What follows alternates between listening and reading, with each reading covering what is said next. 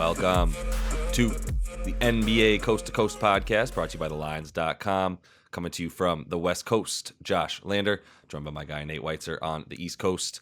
And we're looking at a Wednesday night slate here, Nate, before a day off for most for Thanksgiving in the NBA.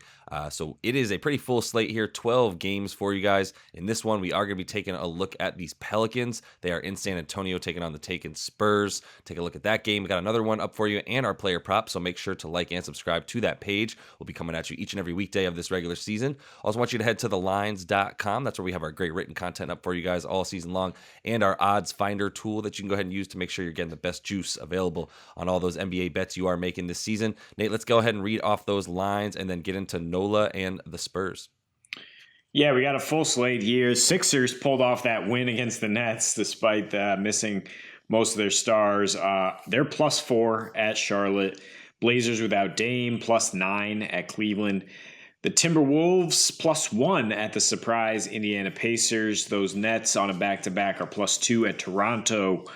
The Wizards +2 at Miami. Mavericks +4.5 at the Celtics. That opened much higher, closer to +7 for Dallas before people jumped on that. The Kings are +6 at Atlanta. We will break that game down for you in a separate video. Kings just won their 7th straight.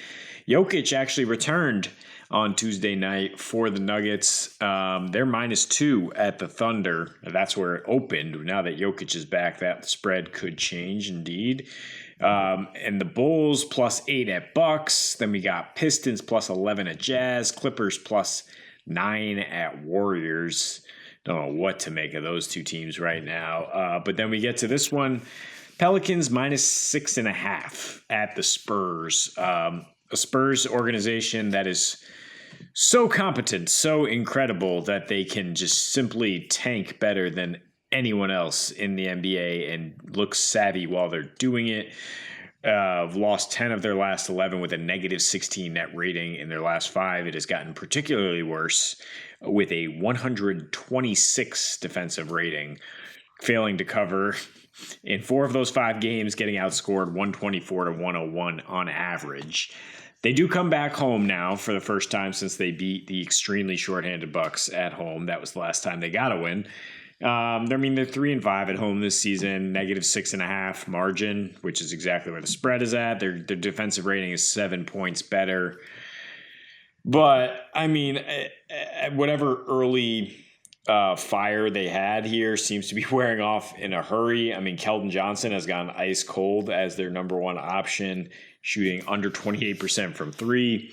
The entire team is shooting 28% from 3 in their last 5 here.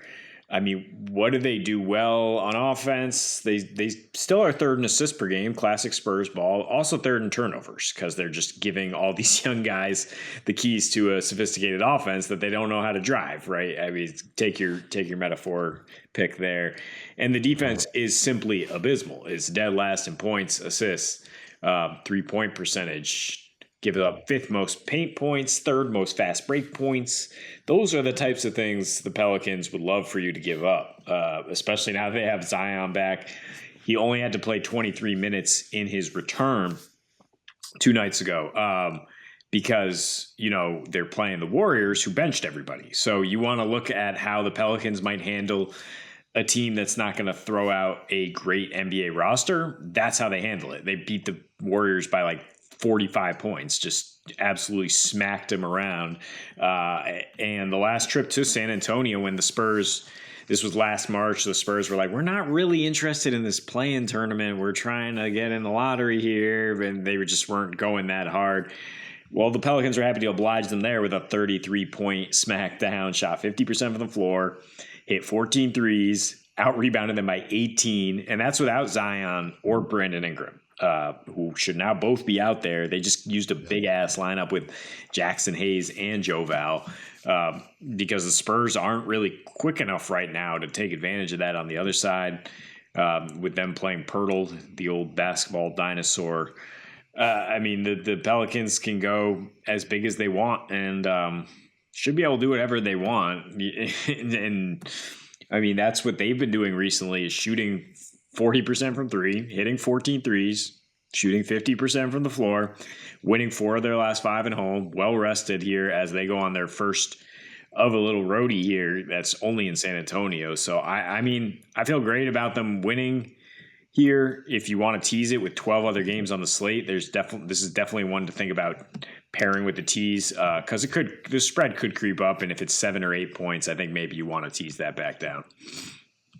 Yeah, I mean, obviously we're recording this on what is it, Tuesday night, so things can change. That'll be the theme of both of these videos, but there's still, I think we're offering some pretty, we're aligned, let's say, on the way that we see the script for this game, and it's points for the Pellies. They do have the, I guess you can call it the number one record, if you will, in terms of the highest percentage of their games on the road going over right now, 6-2 to the over as an away team. Do the Pellies go because of the fact that they score a ton more on the road, about 5 more points a game? Their pace on the road is like 5 points higher than at home, 101.5 to 96 or 97 at home. The Spurs, I mean, I guess, you could talk about when, obviously I'm touching on the over here, or at least the total at 232.5, high total. And the Spurs, you need them to come along. They do seem to they do play a little bit better on offense at home, but like not that much. They get a few more free throws. They make one more three-pointer a game. They shoot a better field goal percentage slightly, but it's like all pretty much the same. They're just bad everywhere.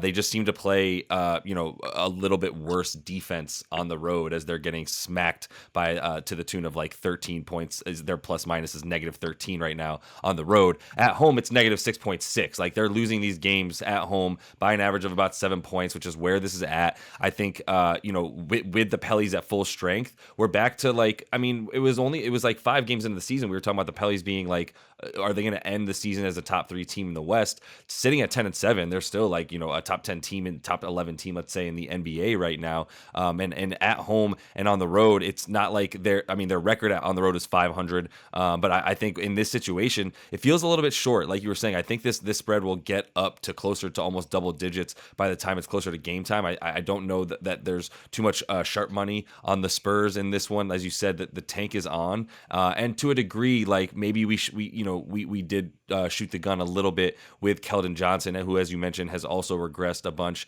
Whereas at the beginning of the season, we thought maybe he and Devin Vassell were enough offense, with Pirtle in there and a few other guys to be able to at least like have a competent NBA offense. But it's not there. And when you're dead last in a number of key categories on defense, as they are the Spurs, that you're going to need a much better offense than they have to be able to hang with a team like the Pellies, who they're going to continue to get their fast break points. They're going to increase those fast break points. They're going to increase those points in the paint, which are already, middling, if you will, for them. But we know that that's where they like to score when Zion is on the floor. And you look at the on-off numbers for him, even in the short sample size this season, since he's spent a bunch of time on the bench so far in street clothes, but still in that short span of on-off, it's like the identity of their offense is Zion when he's on the floor. He's too magnanimous of a player for that to not be the case. So in this one, all those things considered, I don't think that the down low presence is going to be there for the Spurs. Not that there's too many people that can take a shoulder from Zion and then stop him, but as bad as they are against allowing points in the paint, allowing fast break points and the like for the Spurs, I think this is an opportunity for the Pellies to feast. You can feel pretty good about the spread, and you can also go ahead and take their team total and feel good about that.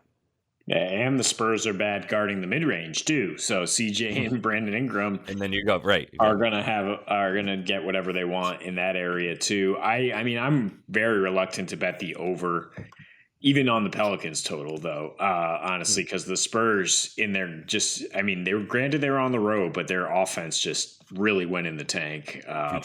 Some of these numbers are just abysmal. I mean, 101 points per game is pretty much all you need to know. They are now dead last in the NBA in margin overall at -10. And the Pels, like I touched on that they're coming off a 6-game homestand. The first one they lost to Portland, which we kind of called, and then they've really been on fire since, with a 120 offensive rating, 119 points per game, and a +15 net rating. Ingram seemed to finally get on track against that shell of a Warriors team. 34 points on 12 for 19 shooting. Hard not to. Yeah, and then you got Zion. Going back to that last trip to San Antonio, the Pels had 13 offensive rebounds with that huge lineup, and now you throw Zion in there who's quicker, and they do tend to go over more often. With Zion, I'm just really nervous about the Spurs maintaining consistency on offense. Keldon Johnson is their number one option now. He's in his last 5 against NOLA. He's averaging 16 points per game, shooting 40% from the field and 26% from deep. Both him and DeJounte Murray struggled in that last meeting with the Pels. They won in New Orleans with DeJounte posting a triple-double, but he ain't around anymore. And there's nobody around that's really going to scare you on this Spurs team. So I think a Pelicans win is what you can bank on. It's just a question of where you can get that spread until you're comfortable putting a large wager on that.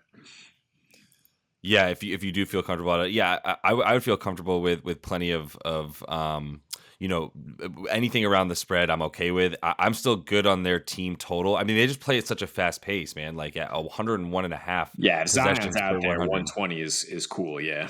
Yeah, exactly. And that's what their team total sits at, and I feel pretty good about that. The Spurs are going to come along. It's funny, their offensive rating is better on the road, is the Spurs, than at home, and in their last 2, they failed to score 100 points against the Clips and Lakers on the road.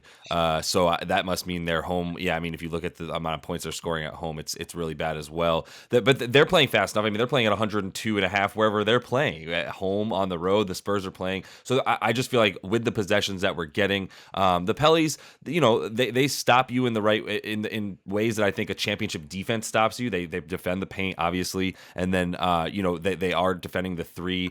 They have a defensive player of the year candidate in Herb Jones. So they can guard you in a variety of ways, but if this Spurs team is going to win, it's going to just be on just going, getting it and going, get it and go, and just blindly go, because you can't stop anybody if you're in transition, just as much as you can't stop anybody if you're in the half court if you're the Spurs. So their best opportunity for victories is just chaos and playing fast, which I think you'll continue to see them do, which bodes well for points, at least for the Pellies, who we know can get the ball in the basket with their possessions that they're getting. So that is all the time we have for you guys in this one. Make sure to like and subscribe to that page. Continue to follow along with us. We got another video up for you and our player props in this big NBA slate tonight. So until we see you next, happy betting.